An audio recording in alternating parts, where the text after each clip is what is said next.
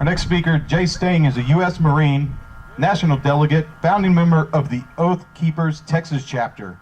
He's president and member of the board of directors in Oath Keepers and a nonpartisan association of current and formerly serving military, police, and first responders who pledge to fulfill the oath all military and police take to defend the Constitution against all enemies, foreign and domestic. Jay has spoken at or attended several of our rallies. Please welcome a patriotic American who understands that an oath is not a rite of passage. It's a promise built on integrity. Everyone, Jay Stang.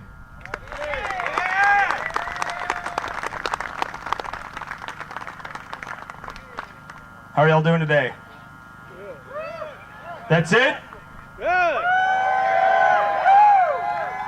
How many Marines are there in the audience?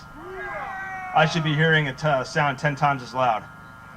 Let me say it again. How are you doing today? That's better.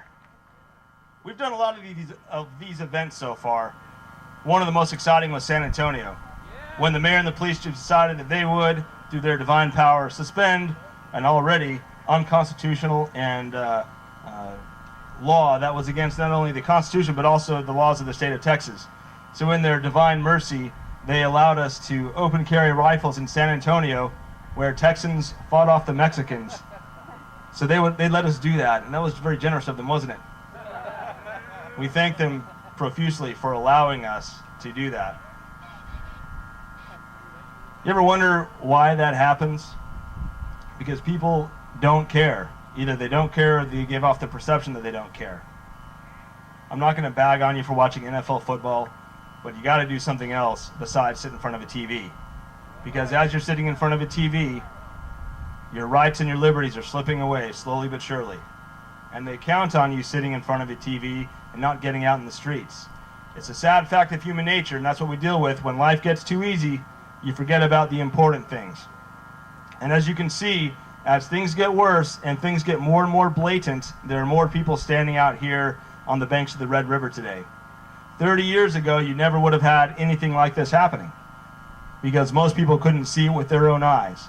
Unfortunately, it seems everybody in the United States is from Missouri, the show-me state, right? They've actually got to be able to see it right in front of their eyes, punching them in the face before they do anything about it. So when we showed up to the Alamo, what was the point of that? The point was basically to put a battalion-sized element of people with guns in front of the Alamo. What more fitting place in Texas than to show up with rifles at the Alamo, right? The Alamo, the very idea of which is based on people with guns fighting and dying for what they believed in. So all of us that planned this event resolved that if things went south with the San Antonio Police Department, we would not be disarmed. And I think that's the point that we're all making when we show up to things like Nevada and the Bundy Ranch, is that we will not be disarmed by any means. Now I'm carrying an FN-FAL, and one of the varieties is an STG-58 with metal handguards. So the joke is, since I own an STG-58, only one of my dead hands will be cold. We're to the point in this country where you have to really decide if you are willing to exercise your rights, or are you willing to let them merely be privileges handed out by the government. The BLM says it's owned this land for 216 years, give or take. Does anybody know when the BLM was founded? 1946. Maybe it's that new math that's taking hold inside the United States government. Because you see, the National Guard also says they're 370 years old. They say they're the militia, that they've always been there. The only problem is the 1903 Dick Act was what established the National Guard, and contrary to popular belief, it's always been a federal force, because the leaders of the U.S. Army at that time had good intentions. They wanted a bigger pool of people to pull from if they had to mobilize very quickly to defend the country. Because remember, at that time, the U.S. Army is only a few thousand people. It wasn't this huge permanent force that we have today. It was a few thousand people, a skeleton force made up of NCOs and officers that were supposed to provide an instant skeleton on which to hang a popular mobilization if needed. So they said, well, we need more people just in case. Well, you know, the road to hell is paved with good intentions, and so 111 years later, it has assumed the duties of the militia, the state guards, and everything else. But we know that's not the truth, don't we? So we need to re-educate people. And I've had several arguments over the phone with the Texas State Guard people at Camp Mabry, who think that they have been around for almost 400 years and they're the militia. Well, Texas state law says they are, but the National Guard Chief Master Sergeant that I was arguing with didn't agree with me, but unfortunately she's wrong. So why are we here today? We're here to do some more re-education. And there's a vital question we have to ask is, who owns this land?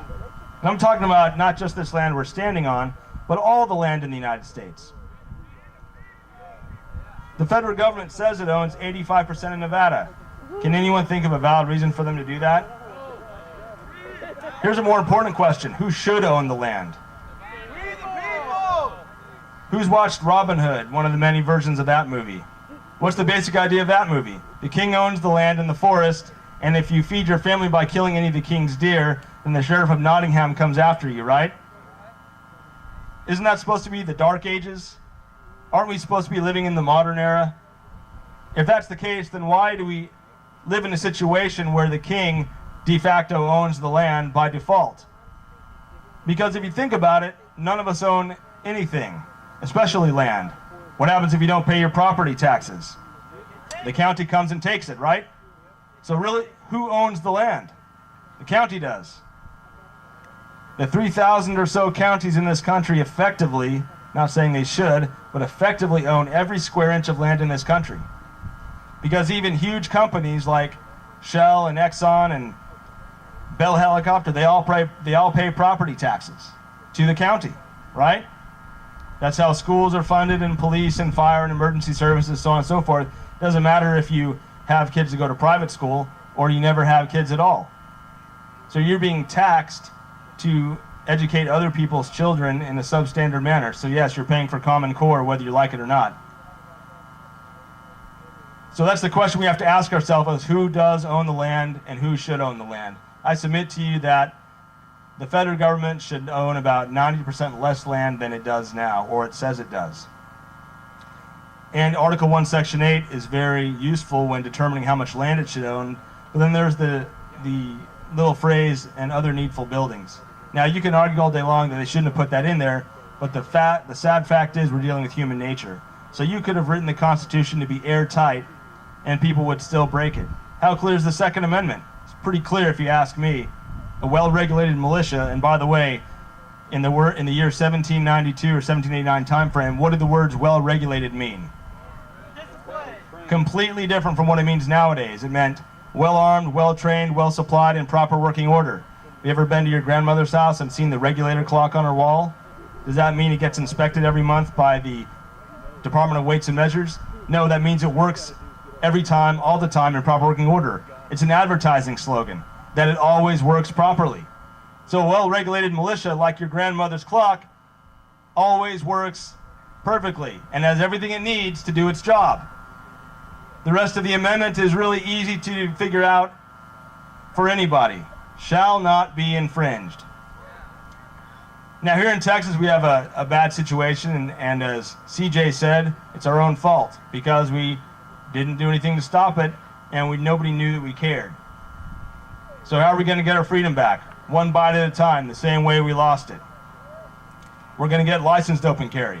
Then we're going to get open carry. Then we're going to get constitutional carry. Then we're all going to have nuclear missiles in our backyards, right? That's the typical progressive logic. You know, Michael Bloomberg recently said, when I was 22, I was so irresponsible that I shouldn't have had a gun, and I don't know any 22-year-olds there are. Speak for yourself, Yankee, because when I was 22, I carried an M16A2 service rifle, right? I was a corporal. There are many 22-year-olds in this country who are trusted to make life or death decisions for not only themselves, but the people under their command.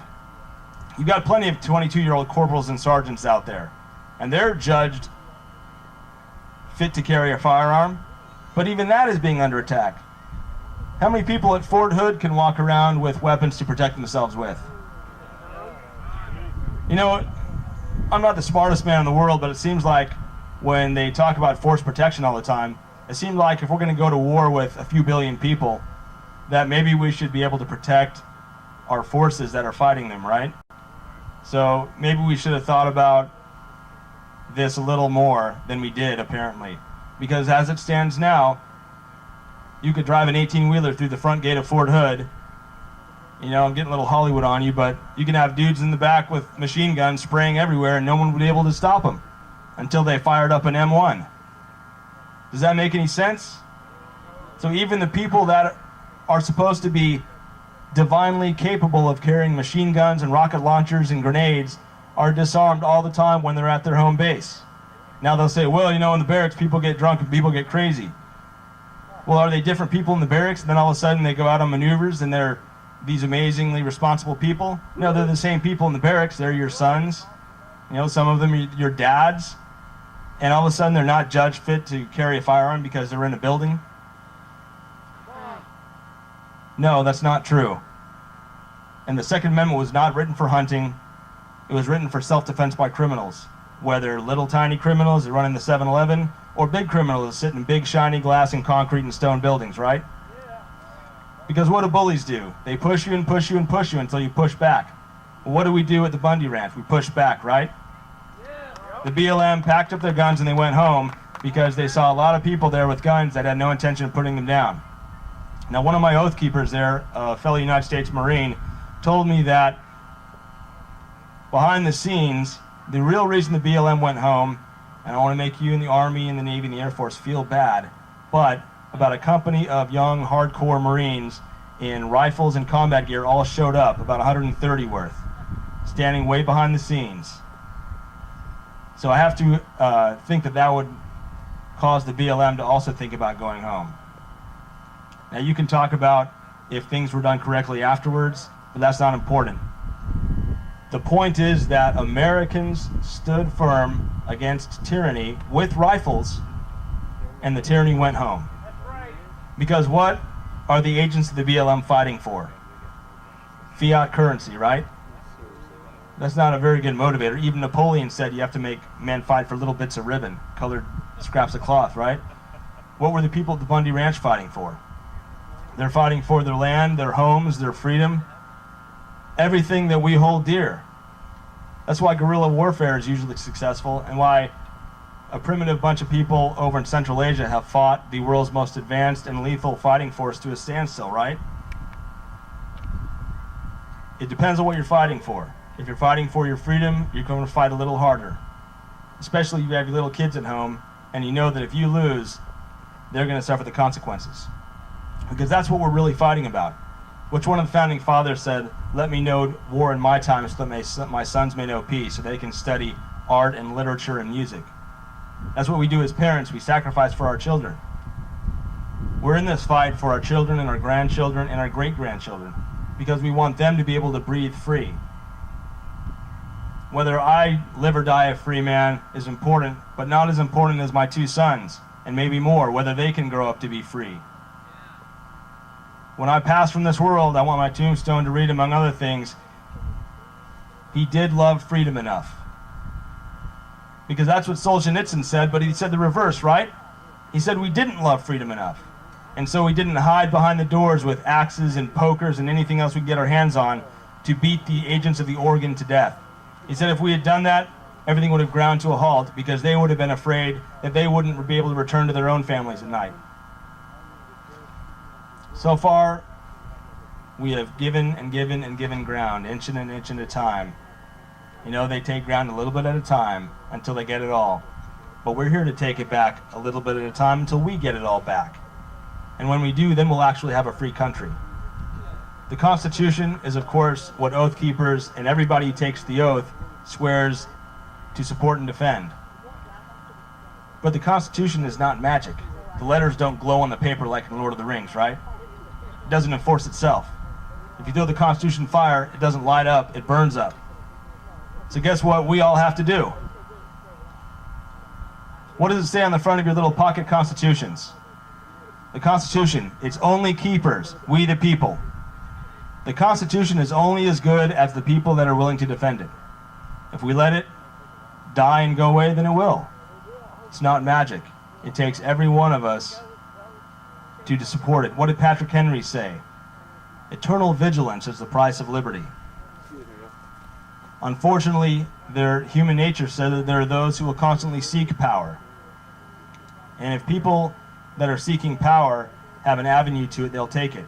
That's why people who are power-hungry megalomaniacs don't open donut shops. They all cluster around the capitals of the states and the capitals of country. Why? Like moths to a flame or flies on fresh manure, that's where the power is. So they all gather there, and then when they get into power, the object that they seek most feverishly, you think they're just going to walk away and give it up? No, they want more, and they're not going to walk away. So it's up to us to stand up to them. How many of them do you think there are? 5 million? How many of us are there? 200 million? 200 million people sitting in front of TVs? What did the general in Full Metal Jacket say? There's inside every Vietnamese an American waiting to be let out. Inside every one watching TV, there's also an American waiting to be let out. What is an American? There are a lot of people that say they're Americans, but there aren't really. Everybody here is an American, and everybody here is a patriot, right? Because we're actually standing here in public with our faces showing, publicly supporting this. Now I'm 37, but I've been under investigation by the FBI since 1966. How does that happen? Well, because I'm Alan Stang Jr. And if it wasn't for this, I really wouldn't exist, because my parents met at a John Birch Society youth camp in Arkansas in 1972. Or 74. So I owe my life to this movement. So I've had to grow up listening to my dad talk about the Soviets and the communists and the progressives and all these people my whole life. And then we also got to suffer for the consequences of standing up for that when my dad went to jail in the 80s. And then afterwards we ate beans and rice for lunch a lot when I was in high school. But it sure did pay off, because what my dad sacrificed for, he could have been rich and famous, but he didn't, because he valued liberty more. And he wanted his children to be free more. And that's why I'm here today, because I want my children to be free. And the only way we're going to be free is if we bind the government with the chains of the Constitution. What did Thomas Jefferson say? If we cannot be trusted to govern ourselves, how can other men be trusted to govern over us? Have we angels for governors or kings? Let history be the judge. Let no more be heard of the confidence of man, but instead bind him with the chains of the Constitution. And George Washington said, the Constitution is only applicable for governing to a moral and righteous people. It is incapable for the governing of any other. And isn't that the truth? Because we can make the Constitution as airtight as possible, but if there are no manners, morals, ethics, or righteousness in the people that are supposed to be living under it and enforcing it, it's not going to happen. But the more things get worse, the more people will be standing in front of me. And that's the way it is. That's human nature. But eventually, and I have no doubt of this, there will be thousands of people standing in this field, all carrying rifles. Do you doubt that? I don't either. Because when the TV gets cut off, and the cable TV goes away, and the steak dinners go away, then people start to pay attention. And when they start to pay attention because they're hungry, then you know you got them. It's an unfortunate fact of human nature that abundance breeds complacence and apathy. What are you going to do about it? See, that's the problem. If you realize that there's a problem and that people aren't free and that you're not free, then you have to decide what you're going to do about it, right? It's so much easier to bury your head in the sand and not do anything about it. But American men have a problem today, that they want to ignore what's happening. And if they don't ignore it, then they admit that they have to do something about it, because that's what we do. We go to work, we build, right? We farm, we harvest, we ranch. We pump oil out of the ground and make it into gasoline so we can drive around. Isn't that right? So we have to realize, we have to admit that there's something wrong. And once you can get people to figure out that there's something wrong, then you can say, what are you going to do about it? When I was a private first class at Camp Pendleton in 1996, the warehouse at the School of Infantry had a 30-foot picture of a Marine with his finger pointing at you. And it said, if you were accused of being a Marine, would there be enough evidence to convict you? If there's a 30-foot tall statue of George Washington standing here with his finger pointing at you, and if you were accused of being an American or a Texan, would there be enough evidence to convict you? Let that rattle around inside your brain housing group for a while. If you were accused of being an American or a patriot, would there be enough evidence to convict you? That's a question only you can answer. I've answered that every day of my life for a long time. If you haven't joined oathkeepers.org, join us. Thank you very much. Semper Fidelis.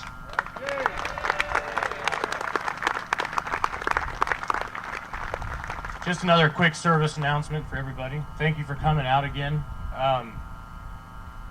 We had lots of concern that we were having an armed event out here today, and I wanted everybody to know that we have not had any problems from the Alamo to the Temple marches and everything.